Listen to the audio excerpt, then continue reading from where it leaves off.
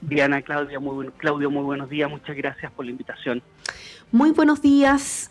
Bueno, lo hemos dicho lamentablemente en este tipo de escenarios, con varios de los últimos sistemas frontales hemos visto diversos impactos.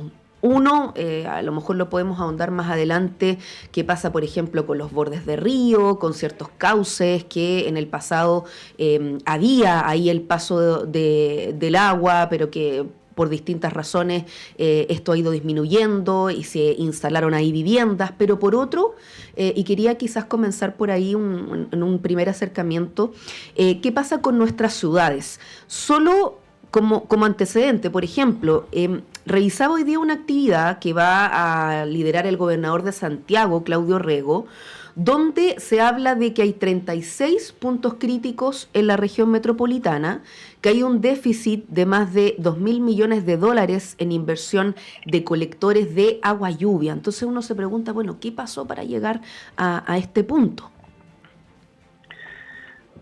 Bueno, lo que pasó es que básicamente terminamos siempre funcionando sobre el daño.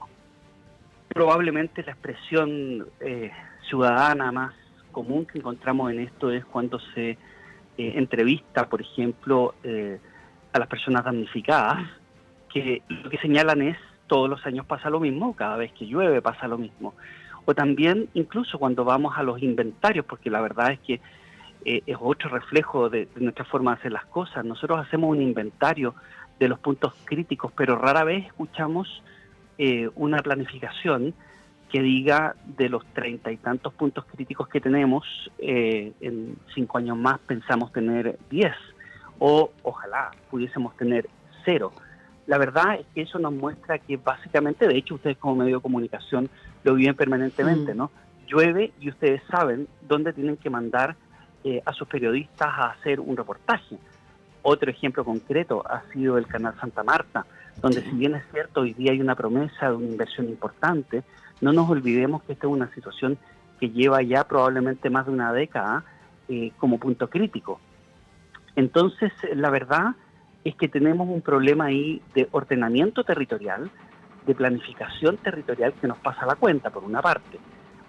Nos pasa una cuenta también desde un punto de vista bastante centralizado, que tenemos un sistema de emergencia muy centralizado y por lo tanto solemos pensar en las zonas urbanas, pero nos olvidamos de las zonas rurales, que es otro lugar donde nos pasa fuertemente la cuenta y donde además tenemos un elemento mucho más preocupante, esta aproximación donde se acaba la lluvia y se acaba la emergencia.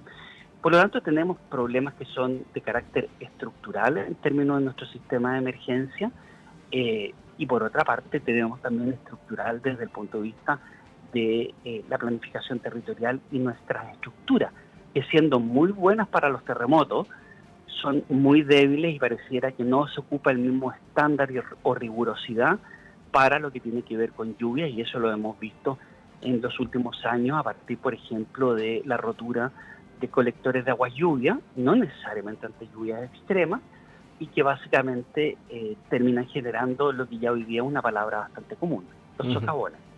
Ahora, Michelle, ¿eso a qué podemos atribuirlo? ¿A esta incapacidad del Estado o de las autoridades, incluso hasta del sector privado, de poder realizar estas gestiones, estas inversiones que apunten precisamente a eso, a terminar que estos puntos que son ya casi una tradición, que sabemos que va a ocurrir algo, no pasen? Estamos hablando ya casi de algo a nivel cultural, de gestión. ¿Cómo podríamos tratar de entenderlo?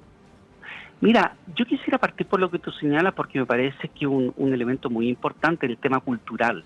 La cultura importa y por lo tanto quizás ahí hay un doble análisis que hacer. Uno, ¿hay un tema cultural? Yo creo que sí, hay un tema cultural en términos de cultura organizacional que se ha instalado. ¿Esa cultura organizacional ha sido siempre así? No, la verdad es que no. Cuando uno mira situaciones como, por ejemplo, vamos tan antiguo como la construcción de Santiago, la canalización del río Mapocho, obras que básicamente estaban realizadas pensando en siglos, con menos tecnología, con menos conocimiento, con menos recursos económicos, con más subdesarrollo, o derechamente con un subdesarrollo muy importante, cosa que hoy día no ocurre. Pero si nos vamos a tiempos más cercanos, nos vamos a la norma sísmica, y a otro tipo de elementos en los cuales incluso hemos llegado al punto, como el caso de la norma sísmica, insisto, en el cual tomamos desafíos que nos puso a nivel, hasta el día de hoy, eh, absolutamente de ejemplo a nivel mundial. Por lo tanto, no siempre hemos sido así. Parece que la modernidad, y yo diría que también, siendo bastante crítico en eso, creo que un poquito la soberbia de los rankings nos ha llevado un poquito a eso, ¿no? Solemos hablar de que somos un país OCDE cuando nos conviene, pero no cuando tenemos que llevar eso al territorio. Y por lo tanto pareciera que no estamos dispuestos a tomar desafíos que nos permitan, entre otras cosas, anticiparnos a fenómenos que de una u otra manera han sido ya advertidos hace por lo menos 2 décadas, como es el cambio climático y su expresión en términos de clima extremo. En otro lugar, también parte de lo que tú señalas, el tema de las responsabilidades. Nuestro sistema de emergencia tiene un bajo nivel de lo que se denomina accountability, responsabilidad y rendición de cuentas. Y eso nos lleva, entre otras cosas, entonces, a un Estado, que siendo esto una materia de seguridad pública, no pareciera asumir la responsabilidad respecto de las cosas bien o mal hechas, principalmente, más bien, muy bien presente cuando se hacen las cosas bien, pero cuando hay que mejorar o se hacen las cosas mal, hay escasa responsabilidad. En el tema, por ejemplo, vuelvo al tema de los colectores de agua lluvia. Si bien es cierto, hay obras y también las edificaciones, las puede ejecutar un privado, detrás la primera capa de responsabilidades del Estado. Es decir, cuando construimos un condominio, solemos culpar, por ejemplo, a las constructoras, pero nos olvidamos que ese condominio, para que haya sido construido y para que incluso haya sido habitado, primero tiene que pasar por la fiscalización, tiene que pasar por las autorizaciones de instituciones del Estado, desde los municipios, el Servio, Ministerio de Obras Públicas. Lo mismo ha pasado también con los colectores de agua lluvia. Pero básicamente, vuelvo a lo cultural, ¿no? Hay un síndrome que se llama, desde el punto de vista de gestión, la búsqueda del enemigo externo. Siempre encontrarás a alguien o algo a quien culpar. Y en este caso pareciera que desde el punto de vista de la cultura organizacional en el Estado, y especialmente en nuestro sistema de emergencia, termina siendo eso, ¿no? Buscar cómo derivar la responsabilidad hacia un tercero, y ahí empiezan, culpas van, culpas vienen. Y entonces, en ese marco, ¿cómo ve la idea que incluso la propia ministra del Interior, Carolina Toá, mencionó en estos días a propósito de solicitudes o de gestiones para los llamados a evacuación, por ejemplo? Se habla de este proyecto de ley de que esos llamados sean obligatorios. ¿Cómo entra en todo este escenario que hemos estado revisando? A principios de la década de los 70, uno de los elementos que se hizo presente en gestión de emergencia o emergency management a nivel internacional surgió muy fuerte a partir de ciertas catástrofes, la importancia de la desburocratización de la emergencia. Creo que medidas de estas características precisamente caen en lo que es la burocratización de la emergencia, porque básicamente, y además tiene que ver con algo muy propio de nuestros tiempos, levantar iniciativas en el momento de la crisis, en el momento de la emergencia, que probablemente tienen un impacto bastante bajo y no tienen mucha lógica, sino más bien un elemento de orden comunicacional. Y lo quiero señalar de manera muy clara, porque aquí el Estado tiene que hacerse cargo del fondo, y ese cargo en materia de evacuaciones es que las comunidades, hemos incrementado la desconfianza en nuestras comunidades a partir de la gestión del Estado. Y el Estado no se pregunta por qué las personas no hacen evacuación, o por qué cada día está costando más hacer las evacuaciones, porque aquí no basta con una orden para esa acción. Aquí lo que se requiere básicamente es confianza. ¿Y dónde está la desconfianza? Uno, es que las personas creen que van a perder sus bienes y van a ver más afectada su infraestructura. Y por lo tanto quieren estar ahí cuando las cosas ocurran, porque no están confiando en el Estado. Y ese es un elemento de fondo que hay que abordar, y hay que abordarlo prontamente, porque la verdad es que esa desconfianza en materia de seguridad pública solo se incrementa, y la confianza no se corrige con un proyecto de ley. Por otra parte, me parece que es un proyecto de ley que desde el punto de vista práctico no tiene mucho sentido. Vamos a un caso como lo que ocurrió, por ejemplo, en Illamay, porque yo creo que es una de las cosas más mediáticas que ha habido. Si nosotros tuviésemos una situación de un condominio o una comunidad completa, pensemos en Santa Juana, en incendios forestales y también que ha sido afectada por inundaciones en el sur, estamos pensando que vamos, aunque tengamos un proyecto vigente de ley respecto a la obligación, vamos a tomar detenida una comunidad completa porque se niega a hacer una evacuación. Me parece que son medidas de autoridad que, más bien de imposición de la autoridad, que no van por el camino correcto. Me parece que hay otras más relevantes, pero claro, esas más relevantes requieren capacidad de gestión por parte del Estado, comprender que necesitamos un sistema donde hay que fortalecer la organización y entrenamiento comunitario, donde hay que fortalecer las competencias y capacidades técnicas del nivel local, en el caso chileno expresado en el municipio, con facultades, con recursos económicos, pero con competencias técnicas.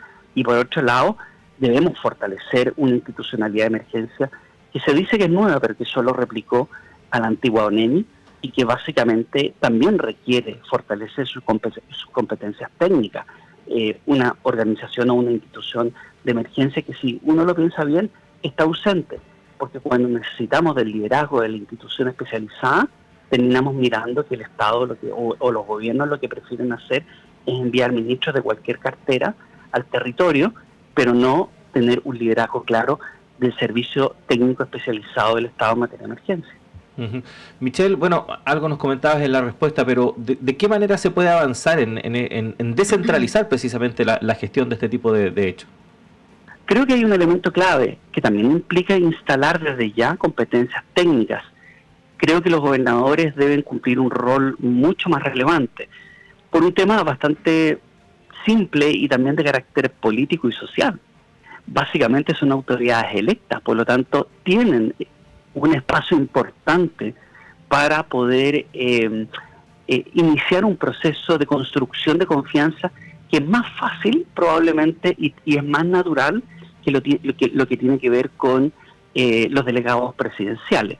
Básicamente hay un tema muy simple, vuelvo al tema cultural, ¿no? Un delegado presidencial mira hacia el centro, mira hacia su jefatura que lo designa, es decir, hacia la presidencia de la República.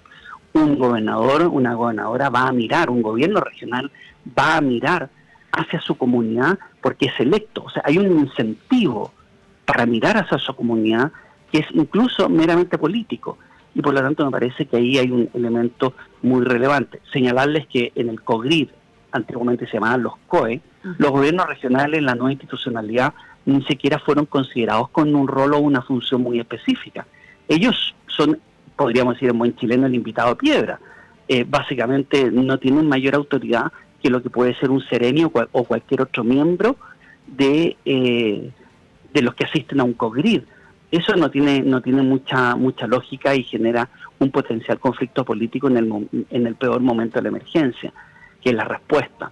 Entonces creo que ahí hay un elemento, pero por otra parte, en materia de descentralización, creo que hay que dejar la mirada urbana, creo que hay que empezar a mirar a los municipios rurales, porque en general, mientras más alejados de las grandes urbes están los municipios, más frágiles, más debilitados y menos considerados por nuestro sistema de emergencia.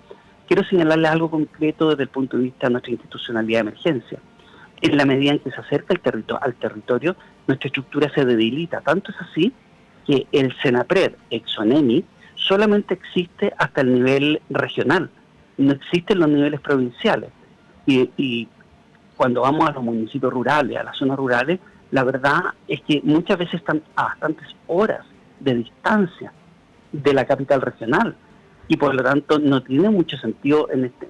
Eso te demuestra que el encadenamiento es top-down, desde el centro hacia abajo y no bottom-up, desde la base hacia arriba, y ese encadenamiento incluso está dado por nuestra estructura de emergencia.